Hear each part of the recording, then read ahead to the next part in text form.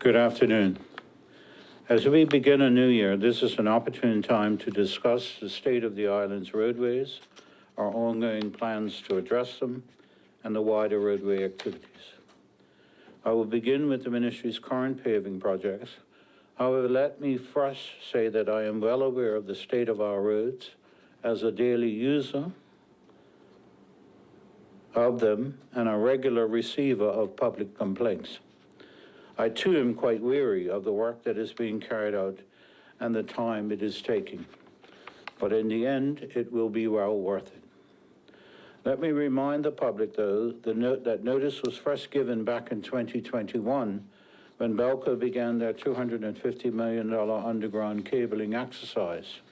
Since that time, we have had COVID-19, followed by supply chain delays in the delivery of piping and other supplies that have added to the delays. So where are we now? Asphalt paving has occurred along Harrington Sound Road to Flats and the southern lane of Flats to Store Hill. The northern lane is delayed while we await some underground cabling from one of the service providers. Once that is done, the northern lane will be paved. Paving commenced on Middle Road in Warwick at the substation last month, heading west to Warwick Pond. This area had previously seen pole holes dug and cables pulled so that both lanes could be paved. Concurrently, Balco has recommenced their joint hole and cable pulling works in Middle Road in Warwick, and we anticipate them to reach Camp Hill Junction by late February, early March. From Camp Hill, they will then proceed down Middle Road to Lighthouse Road, aiming to complete the joint hill work by late March or early April. Presently, the government team is paving from Scour Hill to Somerset Bridge. This will include the full reinstatement of the use of Somerset Road, where the wall has been replaced.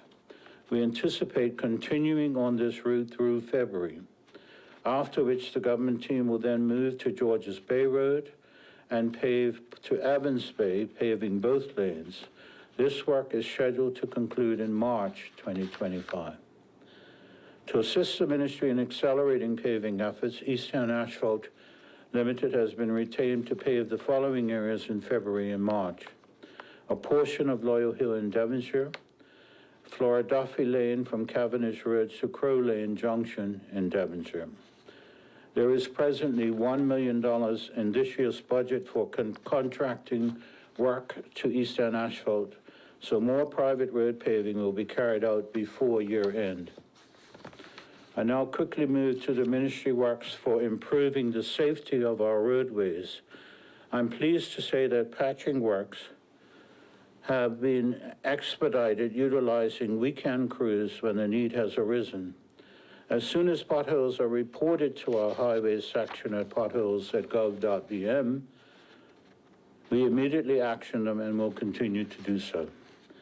I'm also pleased to announce that Brighton Hill will, in between Middle Road and Watlington Lane East and Devonshire, will be closed on February 13th and 14th for the installation of speed bumps, additional signs, and restripping work. Additionally, Church Road in Southampton will be assessed for the installation of speed bumps by spring 2025. Turning to the junction at Marsh Folly and St. John's Road in Pembroke, the control panel for the traffic lights is currently being manufactured by our overseas vendor. A similar situation exists for the traffic lights on Crow Lane. The needed parts are being manufactured, and we anticipate the arrival of these units on island by summer 2025. With regard to road fencing, as the public may have seen, fencing crews are steadily progressing with repairing of the wooden fences along North Shore Road from Barkers Hill through to Flats Village, and will continue to do so throughout the month of February. Additionally, the Cabinet has just approved the purchase of new aluminum highway guardrails similar to ones found around John Smith's Bay in Smiths Parish and Happy Valley Road in Pembroke. These guardrails are used to protect road users from hazards, dangerous situations, and areas.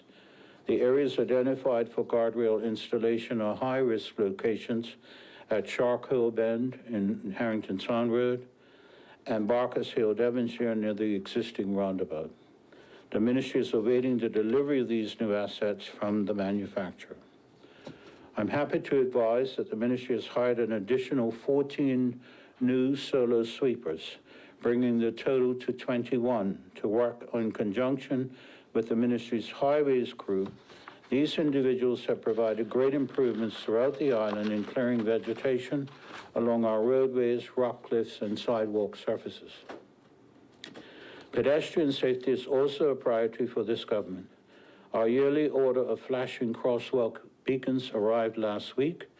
Installation will commence immediately with the replacement of the aquarium flashing beacons. They will be replaced with a standard continuous green light with an activation red light for pedestrians to cross. This unit will also have advanced yellow flashing beacons installed, similar to the ones currently at the railway trail crossing at Harmony Club in Paget. I have been the first to admit that the government's physical assets are aging and are not up to par. The unreliability of these machines, the asphalt plant and asphalt miller in particular, caused the asphalt teams to slow their production and delivery. So what is the status of the new asphalt plant and associated equipment? We have a multi-million-dollar agreement with Aztec Industries, a leading provider of asphalt plants and paving equipment in the United States, to provide a new plant, a new screening plant, replacement asphalting paving equipment, and maintenance support to government. I can advise that the new road paving equipment has been manufactured and pre-delivery inspections are ongoing. 3 pieces of paving equipment have been purchased: a new asphalt paver, a new milling machine, and a shuttle buggy material transfer vehicle. They are currently in Chattanooga, Tennessee, awaiting delivery to Bermuda. The shipping arrangements are ongoing, and based on the expected time estimates, the equipment should arrive in Bermuda by April. The new aggregate screening plant has been manufactured and ready for pre-delivery inspection as well. The plant consists of a hopper feeder unit, 2 screening units, and 8 conveyor units. 2 complete conveyor units arrived in Bermuda in December and are being stored under cover at the quarry. The remaining equipment is ready to ship, and it is currently being stored in South Dakota, waiting delivery to Bermuda. The shipping arrangements are ongoing as well as the asphalt plant site works contract, and based on the expected time estimates, the site should be ready to receive the equipment in Bermuda by October 2025. Additionally, the new asphalt plant has been manufactured and is ready for pre-delivery inspections also. The plant consists of the hoppers, silos, aggregate bins, control equipment, burners, and tanks in order to produce high-quality asphalt. The majority of this equipment is being stored in Chattanooga, Tennessee, waiting delivery to Bermuda. There are 10 40-foot containers still to be shipped directly from India to Bermuda to complete the list of ordered items.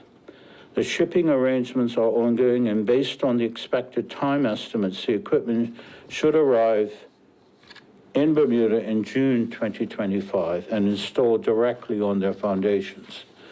The current estimated asphalt plant handover date is January 2026.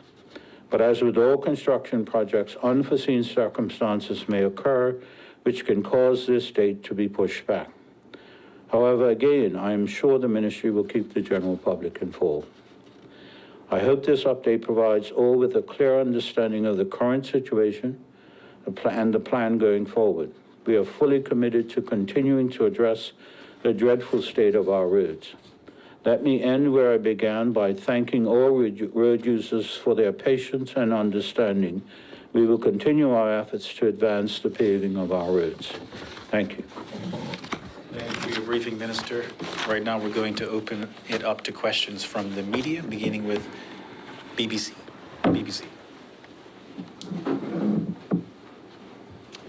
Good afternoon, Minister. Good afternoon. Thank you for your remarks this morning, and we appreciate the update on the asphalt plant.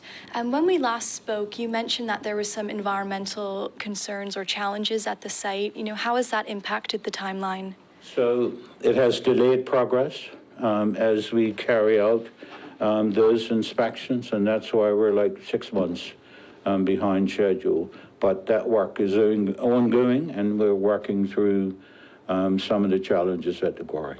Okay. And an issue of concern to residents has been the lack of the yellow painted center line where Yes. roads have been repaved. Can you give us an update on when that might occur? So I can't give you an update of when, I can give you an update of how. So the vehicle that does that, that's a truck that puts the paint on the roads, has been out of service for more than a year. We've ordered a new one, and I don't know when it's arriving. Thank you so much. Thank you. I'll invite the Royal Gazette. Minister, good afternoon. Gareth Finnegan, Yeah. Royal Gazette. Just a couple of questions, really. First of all, I think it was at the start of the current financial year, I think, and correct me if I'm wrong, I think your ministry had, was it $5 million set aside for road surfacing? That's $5 correct. million. And now that we're coming to the end of the financial year, has that money all been spent now, pretty much? So we're at about 3/4, and we'll be slightly more than that by the end of the financial year. So there'll be about $400,000 left. Okay. And can you tell me how much of that $5 million has been spent specifically on pothole repairs, or is that not sort of counted in? I don't think that could be estimated. What happens is, currently as well as previously, is that when there's a lot of rain, as soon as there's a good day, they load up 2 trucks with asphalt from the plant, from the mixture that's produced for road paving, and they drive around the country filling potholes. Could you say, in terms of mileage, exactly how much road surface has been repaired in the past year? I don't have that figure with me. Okay. And just one final question. You referred to the pothole hotline that you set up for people to notify you. And it's always sort of been said that the pothole issue is an ongoing problem that, you can't win, as like you say, as soon as you fill one, another one pops up kind of thing. But do you think over the course of the past year you have made inroads, pardon the pun, or progress in reducing the number? Has the number of calls that you've had in or complaints from people complaining about potholes, has that traffic reduced in the past year? It has tapered off somewhat. It tends to fluctuate. When there's rain, you can expect for an uptick in calls. I live in the West, and so all of the potholes that I see, I report through the email address as well. And then I'm able to see if the message has gotten through when I drive home, and they're either fixed or they're not. And if they're not, they get another email. And so I think that it works. One of the things that we've done to improve the response from the email is that people say, we don't get a response, we don't get an acknowledgement. There is an automatic acknowledgement now that the information has been received. Both the principal highways engineer, the PS, and myself receive a printout every week of all of the locations that have been reported and what the outcome is. In some of those instances recently, the recommendation is that the challenge is not going to go into the roads repaved. And so there is that recommendation. They've done the potholes, but the real recommendation and the real solution is to completely repave the roads. Minister, thanks so much. Yeah. Well, thank you very much, members of the media, and thank you, Minister, for your presentation. That concludes today's briefing.